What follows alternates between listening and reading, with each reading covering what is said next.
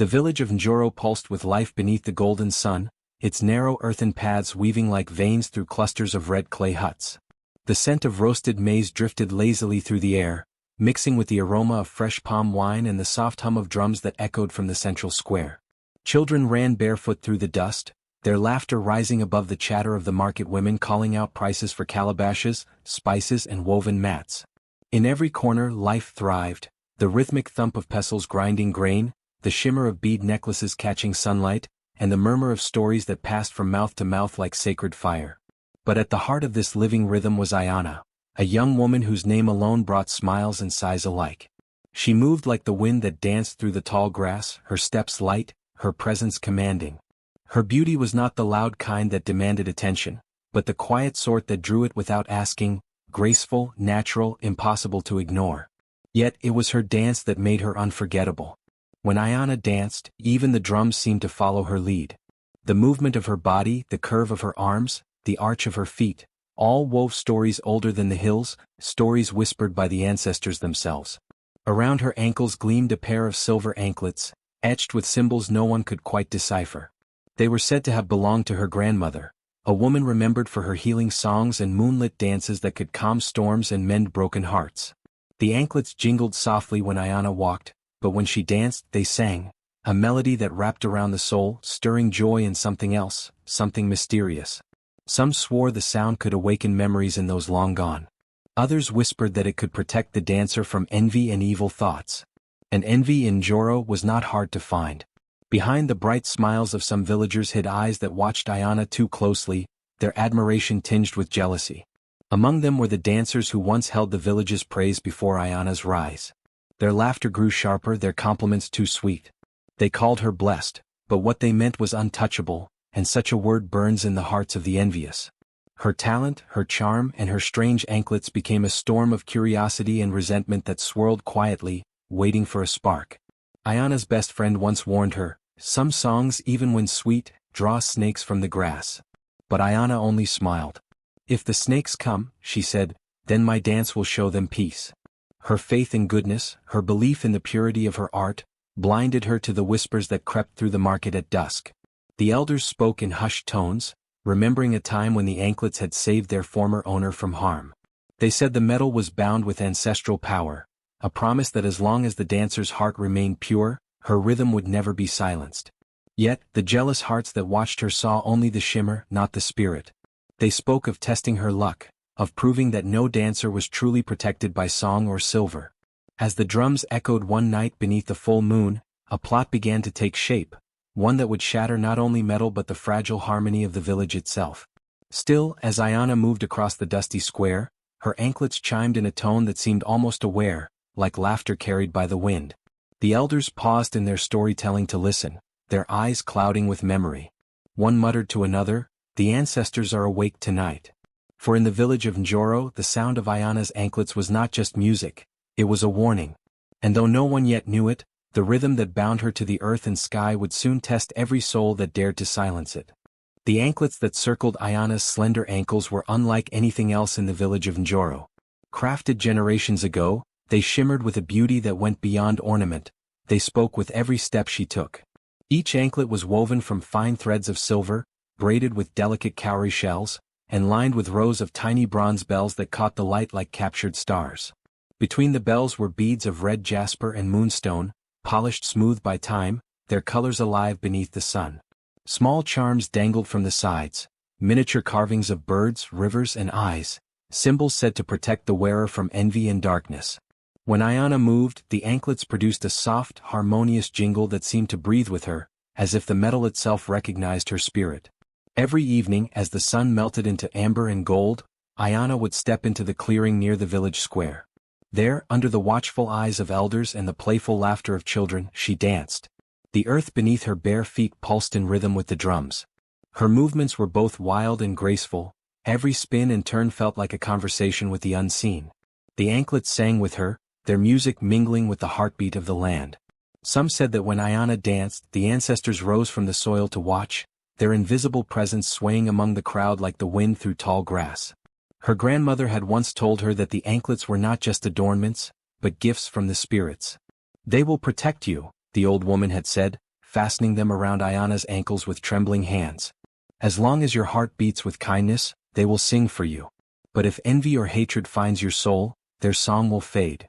Those words echoed in Ayana's mind every time she danced. She treated the anklets not as possessions but as companions, sacred guardians that connected her to something greater, to her ancestors, to her land, to the divine rhythm that lived in all things. The villagers adored her. When she danced, laughter and light filled every corner of Njoro. Children clapped, elders hummed along, and even the weary found peace in her presence. Her performances became more than entertainment, they were rituals of joy, binding the people together in unity and wonder. And yet, for every smile that shone in admiration, there were eyes clouded with envy. Among the other dancers, jealousy grew like a shadow. Once they had been the village's pride, basking in praise and gifts. Now Ayana's name was spoken in every gathering, her anklets adored, her face remembered in every song. The rivals whispered among themselves, their compliments carrying hidden bitterness. She dances well, one would say, but perhaps it's the charms that make her graceful. Another would murmur, without those anklets, would she still shine? They watched her closely, their jealousy sharpening with each cheer she received. At first they tried to imitate her movements, but no matter how they spun or leapt, their bells fell flat, their rhythm dull. Ayana's dance, it seemed, was not learned, it was born. The more they watched her, the more they felt the weight of her difference. They began to believe that her anklets held a power that gave her beauty, fortune, and favor among the elders. One evening, after her performance, an older woman approached Ayana and smiled thinly. "Child, your steps are light as air," she said. "But be careful. Too much light draws the eyes of darkness." Ayana bowed respectfully, unaware of the meaning behind the warning. She didn't see the glances that passed between her rivals, or the smirks that lingered as the crowd dispersed. As the moon climbed higher that night, the anklets rested by her bedside, glinting softly in the pale light. They seemed to hum faintly as though whispering among themselves. Outside, in the silence of the sleeping village, jealousy stirred, restless, plotting, waiting for its moment. And the anklets, wise with age and spirit, seemed to know that their song would soon be tested. Jealousy has a way of spreading quietly, like smoke creeping through the cracks before the fire shows itself. Among Ayana's fellow dancers, envy had grown from whispered comparisons into silent bitterness. What began as admiration had turned to resentment, and now that resentment demanded action. They convinced themselves that the source of Ayana's charm, her grace, and her blessings lay not in her spirit, but in the twin anklets that adorned her feet.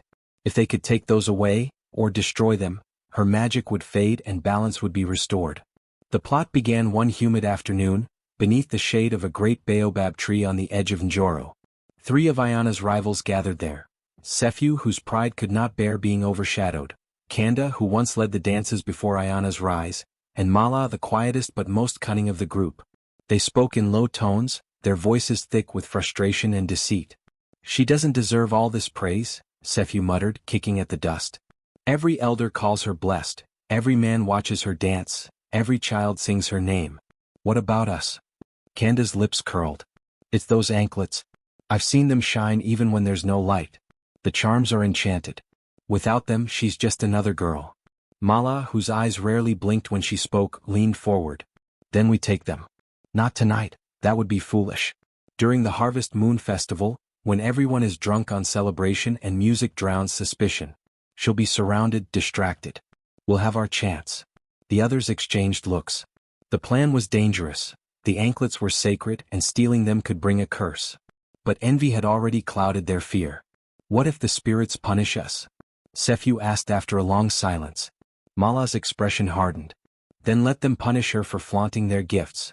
So it was decided. The night of the Harvest Moon Festival, when the drums would echo through the valley, when Ayana would once again dance before the entire village, they would strike. Days passed and the festival approached. The village prepared with joy and laughter. Women pounded yam and roasted maize, men decorated the square with palm fronds and lanterns. Everywhere Ayana went, people smiled and greeted her, eager for her dance. Yet beneath the warmth of their affection she felt something unsettling, like a drumbeat that didn't match the rhythm. That unease began small, just a whisper of intuition. Her dreams grew strange, she saw shadows reaching for her feet, bells falling silent mid-dance, and voices calling her name from far away. She would wake in the night, heart racing, staring at the anklets glimmering beside her bed as if they were trying to warn her. One afternoon, as she fetched water from the stream, she felt eyes on her. Turning sharply, she saw no one, only the ripples in the water and the faint rustle of leaves. "It's just nerves," she told herself with a soft laugh. "The festival always brings restlessness." Still, she couldn't shake the feeling that something unseen was watching, waiting. Meanwhile, under the cover of night, her rivals refined their plan. They had chosen the exact moment, when Ayana bowed after her final dance, surrounded by admirers. Amid the cheers, one of them would slip behind her, pretending to adjust the stage cloth or pick up a drum. A single snip, a quick motion, and the anklets would be gone. The night before the festival, a storm passed briefly over Njoro, a flash of lightning, a rumble of warning. The villagers said it was a blessing from the ancestors.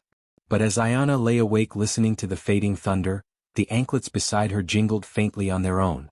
The air felt charged, uneasy.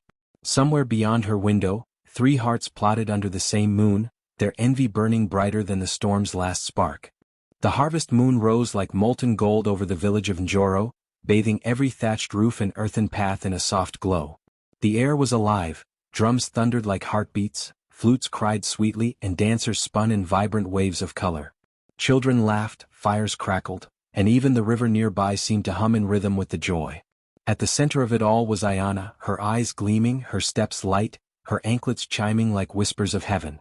Each movement sent ripples of sound that filled the night, delicate, mesmerizing, almost sacred. The villagers circled her, clapping and chanting her name. "Ayana, Ayana, the blessed one." Her feet moved faster, her body flowing with the rhythm of the drums. The anklets gleamed, tiny suns on her skin. With each twirl, the bells sang a melody that seemed to call the spirits closer. The night was perfect, the celebration pure, but in the shadows, 3 figures watched with sharp eyes and clenched jaws. Mala's hand gripped the edge of her shawl tightly. "Now," she whispered to the others. "Now or never."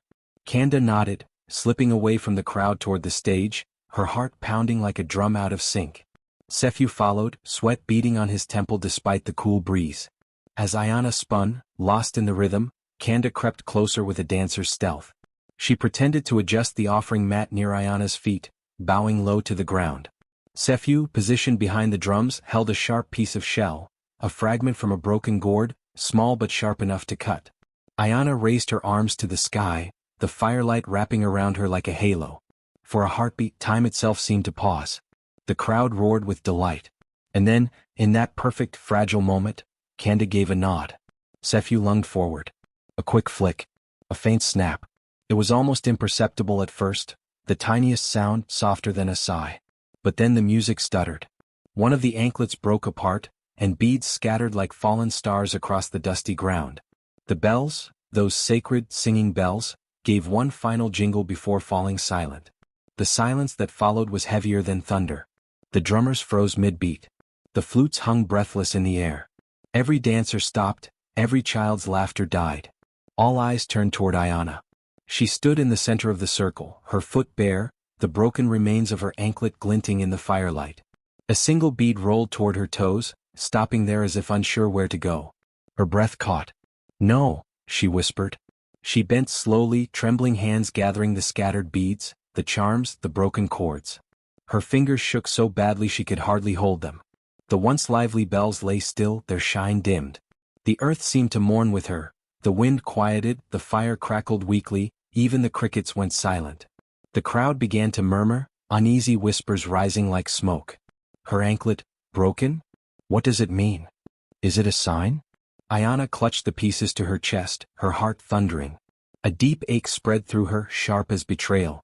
Those anklets had been her grandmother's gift, woven with love, prayers, and blessings from generations past. They were more than ornaments. They were her bond to her ancestors, the rhythm of her life. Tears welled in her eyes, blurring the golden light around her. Who did this?" she whispered, her voice cracking. But no one answered. The rivals stood among the stunned crowd, masks of feigned shock on their faces, hearts pounding with guilt and victory. Ayana sank to her knees, pressing her palm against the red earth. "Forgive me, grandmother," she whispered through trembling lips. "Forgive me for failing to protect them." A faint breeze brushed her face, soft, sorrowful, almost like a touch of comfort. And in that moment, though she didn't yet understand, the earth began to listen. The night had fallen silent, but the silence itself was not empty. It was waiting. Something had broken, not just the anklets but the balance of spirit and envy, of blessing and betrayal. And somewhere in the unseen depths of the soil, the sound of those anklets did not die. It only sank, waiting to rise again. You said. That night, the village of Njoro fell under a strange, unsettling quiet. The drums that once echoed through the fields were now still. The celebration had ended early, as though joy itself had been snuffed out with the firelight. The air was cool, the moon pale, and the only sound was the rustle of the wind slipping through the huts and the trees beyond. Inside her small hut, Ayana sat in the darkness, her hands cupped around the broken anklet pieces. The beads glimmered faintly in the firelight, catching reflections that looked almost like tiny eyes watching her. Her grandmother's voice echoed in her mind, "These bells carry our spirit. As long as they sing, you will never be alone." But now they were silent. Outside the wind shifted. It was gentle at first, whispering through the reeds, a soft, almost melodic hum. Then came a faint chime. Just one. Then another. Mala, who had returned home early, froze where she sat. Her hut door creaked open slightly from the wind, and she thought she heard something, the delicate jingle of bells, distant but distinct. Her blood ran cold. "No," she muttered, shaking her head. "It's only the wind." But the sound came again, tink tink, tink tink tink, faint yet rhythmic like footsteps dancing somewhere unseen. Across the village, Kanda woke abruptly, her heart pounding. The same soft sound drifted through the thatch roof, the sound of anklets. She pressed her hands to her ears, whispering, "It can't be her. It can't be." But even through her trembling fingers she heard it, that familiar chime, slow and deliberate, moving closer with every passing breath. Sephew, the third conspirator, stumbled out of his hut, clutching a lantern. "Who's there?" he shouted into the darkness. The night didn't answer, but the sound did, faint and teasing, circling him. He turned sharply, his eyes wide, sweat breaking across his brow despite the cold. The fire in his lantern flickered wildly, as though responding to something unseen. The villagers began to stir, peeking through windows, whispering among themselves. Some said they heard the bells near the river. Others swore they came from the forest. But one thing was certain, the sound was real. The tinkling of Ayana's anklets echoed through the night air, soft and eerie, weaving between huts, slipping into hearts with icy fingers. Ayana, still in her hut, looked up. The sound reached her too, distant yet unmistakable. Her eyes widened, not with fear but with something deeper, grief turning into awakening. The wind swirled around her, lifting a few stray beads from the ground. They clinked softly against each other, ringing with a sound that no longer needed her to dance. By midnight no one slept. The rivals huddled in their huts, trembling as the ghostly rhythm followed them, a haunting reminder of what they had broken. The bells that once brought joy now carried judgment, their melody threading through the dark like a whisper from the ancestors. You cannot silence what was born of truth. The next morning the sun rose weakly over Njoro village, casting a pale, uncertain light. The celebration ground still bore traces of the night before, scattered beads, faint footprints, and the lingering silence of something sacred broken. But as dawn gave way to day, the air itself felt heavy, like the breath of unseen watchers pressing against the world. The first to notice were the elders. As they gathered beneath the great baobab tree, a cold wind brushed past them, carrying with it a low, steady rhythm, a sound not unlike the beating of distant drums. It came and went, soft yet unmistakable, pulsing through the air as though the earth itself remembered Ayana's dance. By mid-morning strange things began to happen. Chickens refused to leave their coops, their feathers puffed and trembling. Goats bleated nervously and pulled away from their tethers. Even the dogs, loyal, fierce creatures that guarded every hut, cowered and whimpered as though sensing something far greater than human presence. Children whispered that they saw shapes moving along the pathways, shadows that danced without bodies, swirling in rhythm to an invisible song. Women drawing water from the well claimed the surface rippled not from wind, but from vibrations beneath. "The spirits are restless," an old woman murmured, clutching the beads around her neck. "Something sacred has been disturbed." In her hut, Ayana lay on a woven mat, exhaustion and sorrow pulling her deep into sleep. But her dreams were vivid, glowing, alive with sound and motion. She saw her grandmother standing in a field of light, wearing the same anklets that once circled her own ankles. The bells rang softly, not with grief but with power. "Child, her grandmother's voice whispered, carried by the wind. You were born of rhythm, and rhythm cannot die. When they broke your anklets, they did not silence your spirit, they awoke it. The ancestors have heard your pain. They move now through shadow and song. Justice comes with the sound they fear. Ayana reached out, her fingers brushing against her grandmother's shimmering form. The dream shifted. Now she stood in the village square, surrounded by villagers frozen in silence. From the earth beneath her feet, faint tremors pulsed, like the heartbeat of the soil. She lifted her head and saw faint silhouettes, figures of light dancing in circles, moving with grace and purpose. Their steps stirred the dust into glowing trails. The spirits were dancing, finishing the movement she had begun before her anklets shattered. When Ayana awoke, her hut was still, but the air felt charged. The wind outside carried a soft rhythm, a pattern she knew by heart. Her grandmother's dance. Her own. The song of justice. Elsewhere, the ones who had broken her anklets could not escape the signs. Mala's mirror cracked on its own, a jagged line splitting her reflection in two. Canda's cooking pot spilled without touch, the stew soaking into the floor like the ground itself rejected her offering. And Sephiu, he awoke to find the footprints of bare feet leading from his door to his bedside, their shape identical to Ayana's. Fear spread like wildfire through the village. People whispered that Ayana's spirit had risen, that the ancestors had chosen her as their vessel. The bells call for truth, said one elder. When they stop, balance will return, but only when justice is done. That night the rhythmic beats grew louder. The shadows along the pathways moved again, not menacing but purposeful, as if unseen dancers wove through the moonlight. Trees swayed though the air was still. From every direction came the faint tinkling of bells, blending with the low hum of the wind. Ayana stepped outside her hut, her bare feet cool against the earth. The night glowed faintly silver, and the sounds wrapped around her like a cloak. For the first time since the breaking, she didn't feel grief, she felt presence. The spirits were with her, their rhythm pulsing through her veins. The villagers gathered at their doors, watching her silhouette illuminated beneath the moon. The air vibrated softly with the song of her ancestors. Ayana raised her head to the sky and whispered, "Let them see."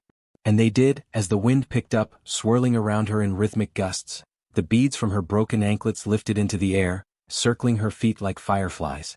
The earth itself seemed to thrum with life, each beat a promise, that the spirits had awakened, and that no act of cruelty could silence the sound of truth forever. By the following night, the village no longer slept easily.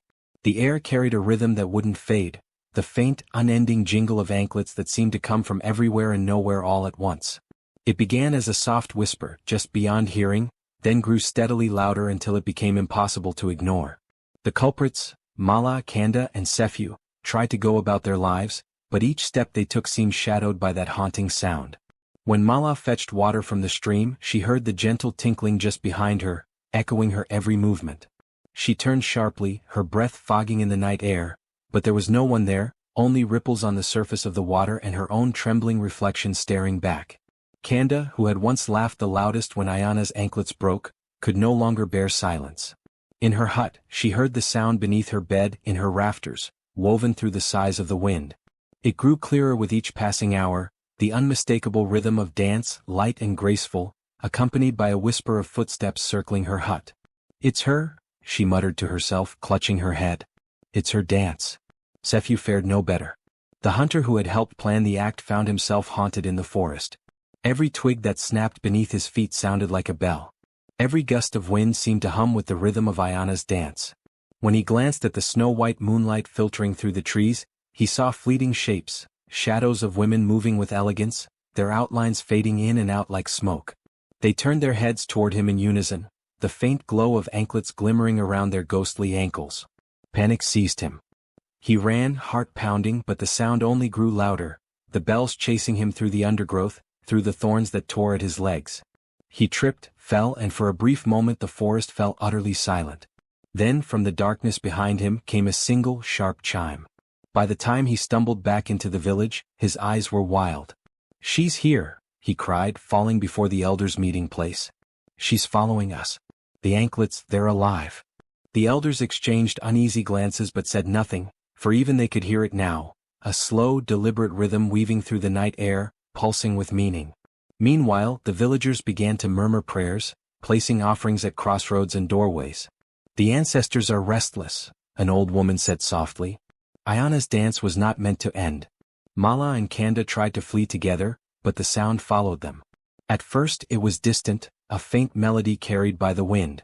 Then, as they reached the edge of the forest, it surrounded them, dozens of delicate jingles layering over one another until the air vibrated with invisible movement. They looked around desperately, their torches flickering. Through the haze of smoke and shadow they saw her. Not fully, just the glimmer of a form, a pair of ankles wrapped in silver light, moving with fluid grace. Each step she took echoed in their bones, and the rhythm filled their chests like a heartbeat they could not silence. "Forgive us," Mala whispered, falling to her knees. But the sound did not pause. It moved around them in slow circles, a rhythm too ancient to be stopped by mortal regret. The earth beneath them pulsed with faint vibrations, as though the very ground remembered her steps. By dawn, the entire village could hear the rhythm echoing through the hills, the sound of anklets ringing with justice, weaving through every shadow, reminding them that what had been broken was never truly lost. The morning rose heavy with mist, the kind that clung to the skin and muffled every sound, except one. From deep within the fog came the delicate, unmistakable chime of anklets, steady and calm. The villagers gathered in silence, eyes darting toward the sound. Out of the whiteness Ayana appeared. She walked barefoot, her feet stirring the dust like a whisper. Around her ankles light shimmered, not metal but energy, glowing bands of gold and white that pulsed with rhythm. Each step she took released a soft bell tone that echoed through the air like a blessing and a warning all at once. The rivals who had broken her anklets stood frozen near the market square. Their faces were pale, their breath shallow. The music that surrounded Ayana was alive, swirling around her like a storm of spirits. Mala tried to step back but her feet wouldn't move. Kanda clutched her chest as the sound grew louder, each chime reverberating through her bones. Sefu's knees buckled beneath him as the air around them began to shimmer, forming faint, circular symbols. The same patterns once etched into Ayana's anklets by her grandmother. The symbols glowed brighter with each tone, wrapping the rivals in an invisible ring. Ayana's voice was soft when she spoke, yet it carried through the mist like thunder. "You took what was sacred," she said, her eyes burning with calm fire. "You thought breaking what binds joy would end its rhythm. But you cannot silence what comes from the ancestors." As she lifted her hands, the bell sounds multiplied, not just one rhythm but many. It was as though hundreds of dancers moved unseen, their anklets chiming in harmony. The ground beneath them began to hum, ancient patterns glowing faintly in the soil. The light pulsed with each beat, forming waves that surrounded Ayana and her wrongdoers. Mala screamed, falling to her knees. "We didn't know," she cried. "It was jealousy, nothing more." Ayana stepped closer and the sound deepened, a low, resonant tone that seemed to speak a language older than the village itself. "The ancestors knew your hearts," she said. "And they answered." The rivals could feel it now. The rhythm was no longer just sound. It was energy alive and circling them. It seeped into their skin, into their memories. They saw visions of Ayana dancing, of their own laughter when they broke what they could never create. The shame struck deeper than any blade. Then something miraculous happened. The glowing anklets around Ayana's feet expanded into beams of light that touched the ground before each of the culprits. The earth responded, symbols of forgiveness and retribution intertwining, one side radiant gold, the other dark as soot. Ayana closed her eyes. The sound slowed, softened, transforming from judgment to release. "Let your hearts learn rhythm," she whispered. "May you dance with humility, not envy." The light faded gradually, leaving only silence and the faint scent of rain. The rivals collapsed, trembling, not harmed but changed. Ayana turned away, the mist parting for her as she walked, her anklets ringing again, gentle this time like peace restored. The villagers watched in awe, realizing that the sound they once took for joy was now the voice of justice itself. The morning after the confrontation dawned unlike any other. The air felt clean again, as if the night storm of spirits had washed away every stain of envy and betrayal. The village square, once haunted by whispers and fear, now echoed with laughter and the rhythmic sweep of brooms as women prepared for the cleansing ceremony. The scent of burning herbs rose in spirals toward the sky, carrying prayers of gratitude to the ancestors who had intervened through Ayana. Ayana stood at the center, her feet bare on the cool earth where her mother's anklets now shimmered faintly in the sunlight. The silver bells no longer carried the sorrowful tone of vengeance. They chimed with peace, their sound lighter, clearer, as if the ancestors themselves had released a breath of relief. When she moved, the light around her seemed to bend softly, painting her in a glow that even the oldest elders could not explain. Her rivals, the ones who had stolen and desecrated her anklets, now knelt before her and the village council. The magic that had haunted them was gone, but its lesson lingered in their trembling hearts. Faces once proud and arrogant were streaked with tears. They offered apologies not out of fear, but from the deep realization that they had wronged not just Ayana, but the spirits that bound their people together.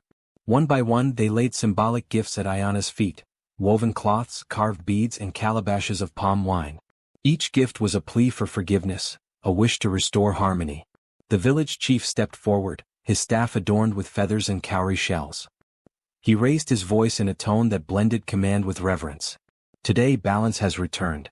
The spirits have spoken through our sister, Ayana, and through her mother's anklets. Let this be remembered. Those who carry truth cannot be silenced by envy. Those who walk with the ancestors are never truly alone. A chorus of drums began, slow and steady, mirroring the heartbeat of the earth. The drummers were careful, respectful, as though they feared awakening the magic again. Children ran around the square, tossing petals into the air. The petals drifted down like blessings, settling on Ayana's hair and shoulders. She smiled, not the smile of triumph but one of peace. For the first time since her mother's death, she felt whole. As part of the ritual of restoration, the village seer approached Ayana carrying a small clay bowl filled with sacred oil. The seer's eyes were clouded with age but sharp with wisdom. She dipped her fingers into the oil and touched Ayana's forehead. "Child of the ancestors," she said softly, "you have carried pain and light in equal measure. The anklets that once wept now sing again. May your steps always remind us that the earth remembers kindness more than cruelty." When Ayana lifted her feet, the anklets began to chime, a melody of gratitude. The sound spread through the village, wrapping every home, every heart in calm warmth. Even the animals responded. Goats bleated softly, birds circled above, and the wind carried the sound across the fields like a hymn of healing. Later that evening, as the sun dipped low, Ayana sat by the riverbank where her mother used to wash clothes. The water reflected the last hues of sunset, amber and crimson streaks rippling gently. She placed her hands on the surface and for a moment she thought she felt another hand beneath, soft, guiding, familiar. Her mother's spirit, perhaps, reminding her that love endures through the generations. Behind her, villagers began to sing songs that spoke of her courage. The lyrics would be passed down to their children and grandchildren. How Ayana, the daughter of the anklets, had faced betrayal and turned it into blessing. No one spoke her mother's name without reverence anymore. She had become a symbol of ancestral strength, her story woven into every drumbeat and dance. As night settled over the village, the moon rose bright and whole. The anklets caught the moonlight, scattering it in silvery arcs across the ground. Ayana looked up, her eyes calm, her spirit steady. The wind whispered around her, carrying voices from beyond, her ancestors singing softly in rhythm with the bells on her feet. The village was at peace again. The fields would yield richly, the rivers would flow clear, and laughter would fill the air. All because one woman had dared to walk the path of truth and forgiveness. And as long as her anklets sang, the village would remember, harmony is born not from vengeance, but from courage, compassion, and the blessings of those who came before. The anklets, now glowing with renewed ancestral power, would never again be mere ornaments. They were the heartbeat of the village, the bridge between worlds, and the eternal reminder that when justice and mercy dance together, even the spirits smile. Many seasons passed after the night the spirits restored peace to the village. New crops had been planted, children had been born, and even the oldest wounds had healed into stories told around fires. The land had changed, but the memory of Ayana, the girl whose anklets sang with the voice of the ancestors, remained alive in every drumbeat, every whisper of wind that passed through the baobab trees. As the years rolled on, her tale became more than just a memory. It became a lesson, a guide, and a symbol of truth. The old griots, village storytellers, would gather the children around the evening fires, their faces lit by the flickering orange glow, and begin with the same line that had echoed through generations. They broke her anklets, but the sound followed them through the night. The children would lean forward, eyes wide, their little hearts trembling with both awe and curiosity. They knew the story by heart, yet they begged to hear it again because in every telling, it felt alive, as though Ayana's spirit was listening too, hidden somewhere in the wind. The griot would tap his drums softly, creating a heartbeat rhythm beneath his voice. Long ago, he would begin, there lived a young woman named Ayana, whose feet danced not just for joy but for truth. When she danced, even the dust listened. Her anklets sang with the sound of her ancestors, and wherever she went, blessings followed. But envy is a shadow that grows when light shines too bright.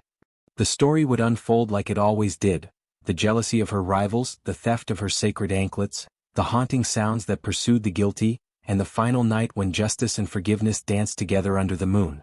The griot would pause here, letting silence fill the air before saying softly, "Those who tried to silence her found that truth cannot be buried, and envy can never outlast the blessings of the ancestors." By this time the fire would crackle higher, sparks shooting up like tiny spirits into the night sky. The children would clutch their knees, imagining the sound of silver bells ringing faintly in the distance. Ayana's legacy in the village. Ayana lived many years after the night of restoration. She did not seek power, nor did she claim titles. She became a teacher of music, of rhythm, of harmony between body and spirit. Children came from faraway villages to learn how to dance with both grace and purpose. "It is not your feet that the earth listens to," she would say gently, "but your heart." Her hut became a sanctuary for those who carried pain or guilt. She taught that even broken people could create beauty if they walked with honesty. She never turned anyone away, not even those who had once wronged her. And when those former rivals returned seeking redemption, she welcomed them with open arms. Some became her closest students, their lives changed by the woman they had once envied. The anklets themselves remained her most sacred treasure. They had grown even more luminous over time. The silver shimmered with a glow that no metal in the world could match. During festivals, when Ayana danced, people swore they saw shapes in the air, spirits of her ancestors swirling around her, blessing the land once again. As she aged, her hair turned silver white, matching the color of her anklets. Yet her movements remained fluid, her spirit youthful. People said the ancestors had granted her the gift of ageless grace. She became known as the Mother of Rhythm, a title spoken with deep respect. One evening, as the sun dipped below the hills, Ayana gathered her students and said, "One day I will return to where my mother rests. But when that day comes, promise me you will keep the sound alive. The dance must never end. The world forgets kindness easily, so dance to remind it." She removed her anklets, placed them in a carved wooden box, and whispered a blessing into them. The box was buried under the oldest baobab tree in the village, the same tree where her mother used to sing lullabies. From that day on, whenever the wind rustled its leaves, a faint tinkling could be heard, like bells chiming softly in the distance. Generations came and went. The village grew into a small town and the old rituals evolved, but the legend of Ayana never faded. Her story was painted on murals, carved into wooden panels and sung in ceremonial songs. Mothers would whisper her name into their children's ears when they were born, believing it would bring protection and grace. Some said that during the harvest moon, if one stood quietly under the baobab tree, they could still hear her anklets ringing, clear and rhythmic, as if the spirits were dancing unseen. Scholars from neighboring lands visited the village to record the legend. Poets wrote verses about the girl whose steps awoke the spirits. Dancers from distant kingdoms claimed to dream of Ayana teaching them steps they had never learned before. Her presence seemed to travel beyond the borders of her homeland, carried by rhythm and faith. But for the villagers, her story was not a myth. It was a reminder, a compass for living. Parents taught their children 3 lessons from Ayana's tale. Envy brings its own punishment. Those who wish harm upon others invite the darkness to follow them. Ancestral blessings protect the pure of heart. Even when the world turns against you, your roots and goodness will stand firm. True talent and kindness cannot be silenced. The world may try to bury light, but it will always find a way to shine again. And so, Ayana's story was not just a legend, it was a living law of the land. A night of remembering. Every year, under the full moon, the villagers gathered to celebrate the Festival of the Anklets. Women and girls wore silver bells on their ankles, and men beat drums carved with ancestral symbols. The night air filled with music, laughter, and the scent of roasted yams and honey wine. The ceremony always ended with the youngest girl of the village performing Ayana's dance. It was said that whoever carried the rhythm well enough might awaken the blessing of the ancestors. On one such night, centuries later, a girl named Nia took the stage. She was barely 16, shy but full of quiet strength. Her grandmother had taught her the story of Ayana since she could walk, and now it was her turn to embody the legend. The drums began, a slow heartbeat rhythm. The people clapped in time. Nia stepped forward, her silver anklets glinting in the moonlight. She began to dance. Her movements were soft at first, then powerful, each step sending small clouds of dust rising beneath her feet. And then, something remarkable happened.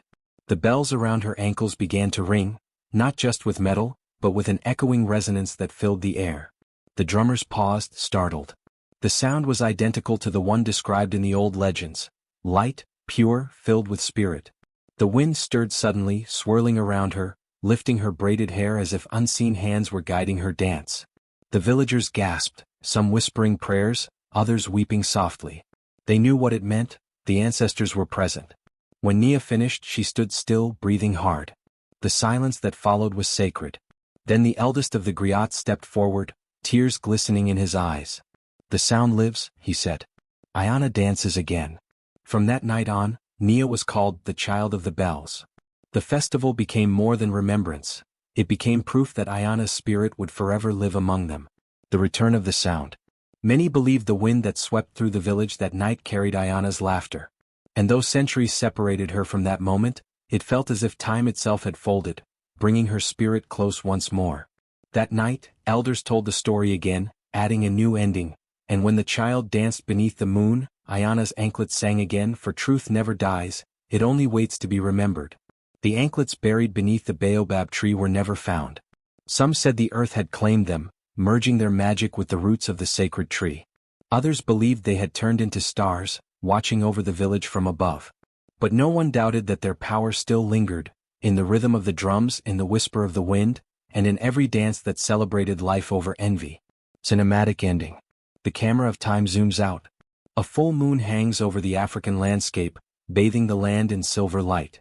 The baobab tree stands tall, its branches like arms embracing the sky. Beneath it, the villagers dance, young and old, their movements fluid and joyful.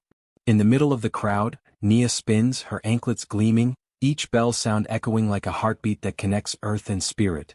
The drums rise in intensity, the wind joins in, swirling dust like shimmering mist around the dancers. And then, amidst the rhythm, an ethereal vision forms. Ayana herself appears, not as a ghost, but as light and memory intertwined.